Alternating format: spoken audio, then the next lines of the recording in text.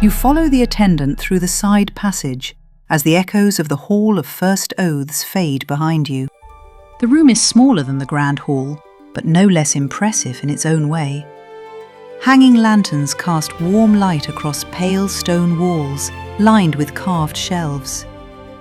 Brass instruments rest in alcoves between rolled charts and long wooden cases stamped with old wax seals. The air smells faintly of parchment, dust and ink. Ahead, the initiates move in a slow, curious line. Then the corridor widens. You step into a chamber so full of maps that for a moment it feels as though the whole world of Aurelune has been folded and brought indoors. Charts cover nearly every wall. Some are old parchment maps pinned beneath glass. Others are stretched across tall wooden frames with coloured cords marking rivers, roads and mountain passes. One section of the room glows with suspended crystal plates, each holding shifting lines of light that redraw themselves as though the land itself were thinking.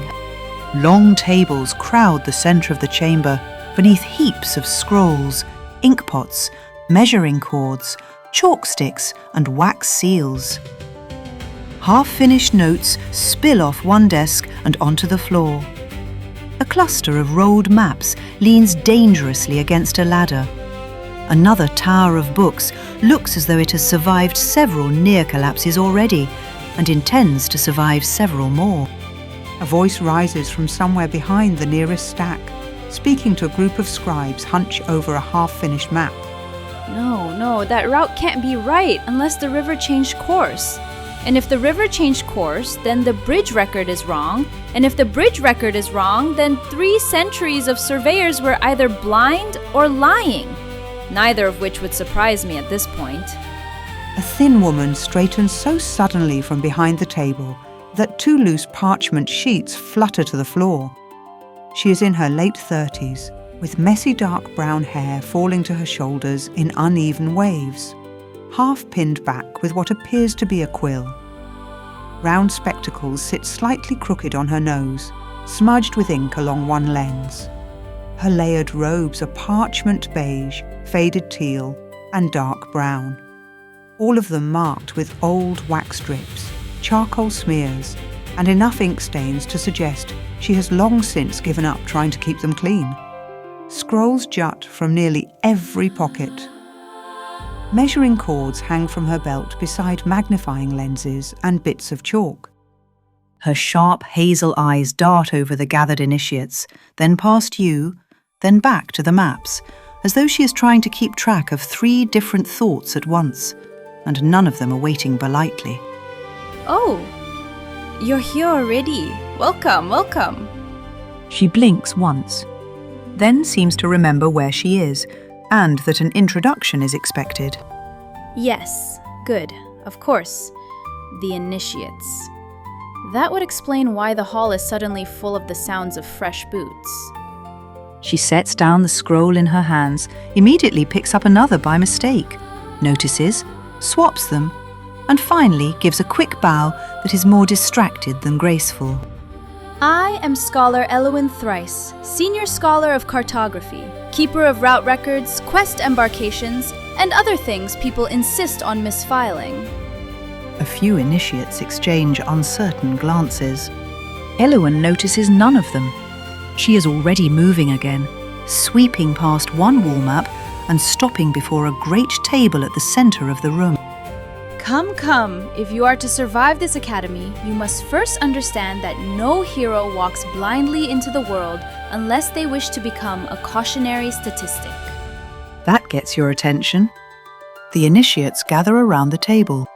Spread across it is a vast map of the lands surrounding the academy, detailing the central continent of Marilon. Forests are inked in layered greens, rivers in silver blue lines, mountains in sharp charcoal ridges. Tiny pins mark watchtowers, bridges, market roads, ruined keeps, and stretches of wilderness with no names at all. Elowen lays both palms on the map. The world is wider than any one road. She says, speaking rapidly now that she has found a subject worth chasing. A valley may look peaceful and still hide a sinkhole beneath the grass. A ruined tower may be empty for 50 years, and then suddenly, not empty at all. A safe road remains safe only because someone keeps noticing when it begins to change. The world is not static, it is dynamic. If we are to quest safely and successfully, the most powerful weapon we carry is the map. She points to one route winding between the hills. This road carries grain caravans from the south. Her finger shifts to a line vanishing into darker woodland. This trail is shorter but floods every spring.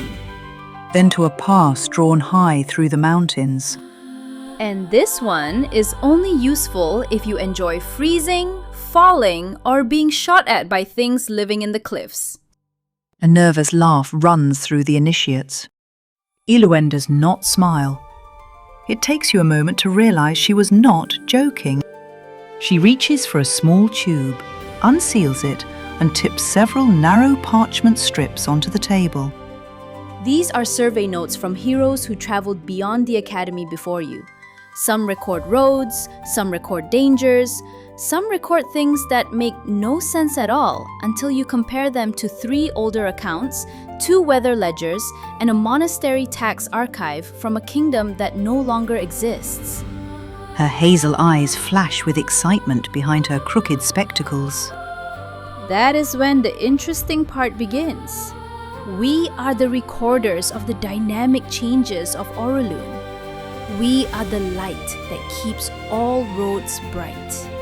One of the initiates near you raises a hand. So this is where patrol routes are planned? Elowen nods quickly.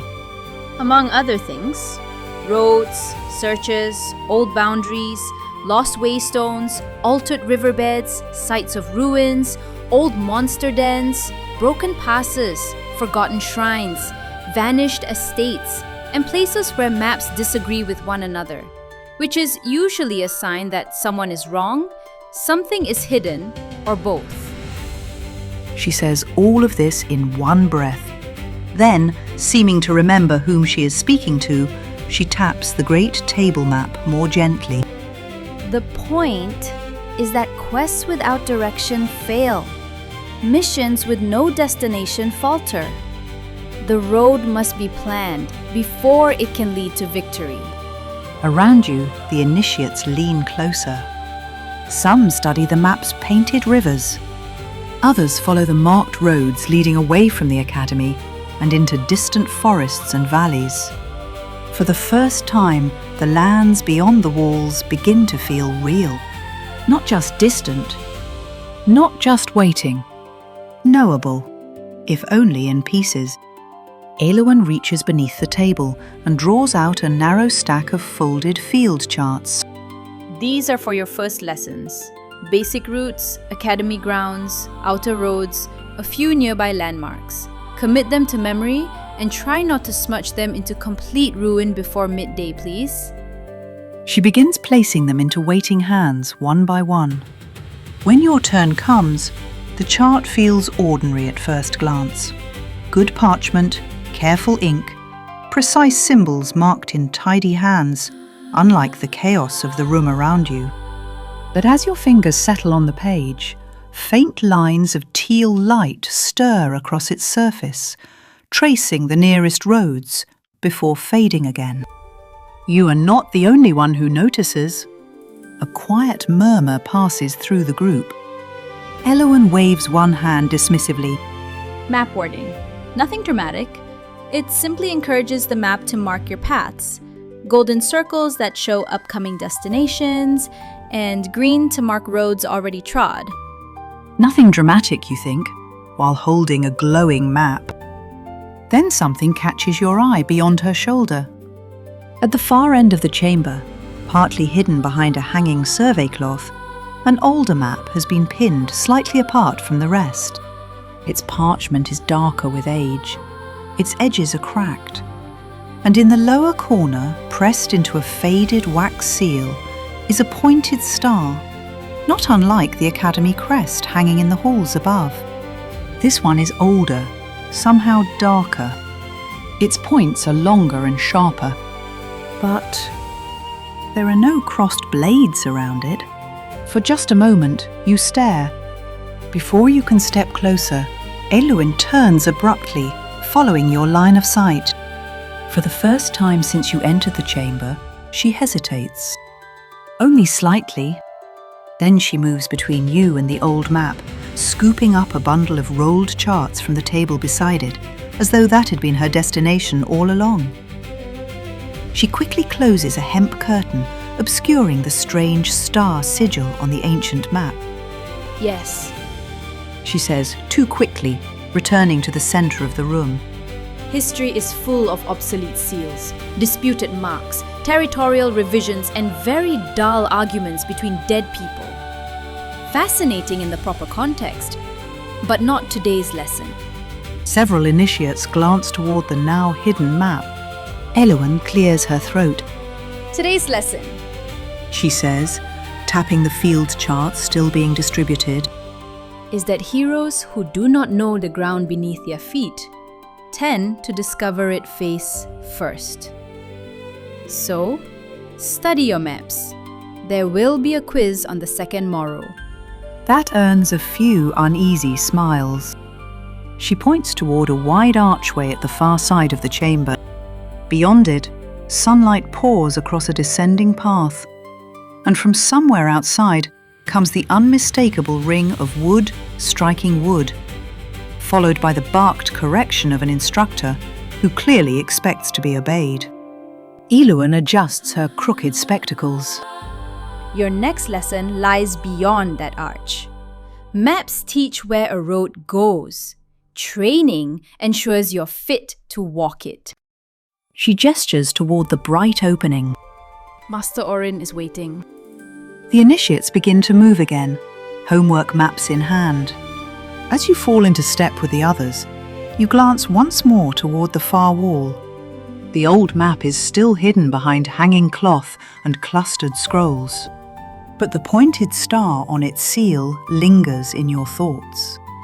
You leave the chamber with a rustle of parchment in your hand, the sounds of the training grounds rising ahead, and the first quiet sense that the academy may hold more secrets than you thought.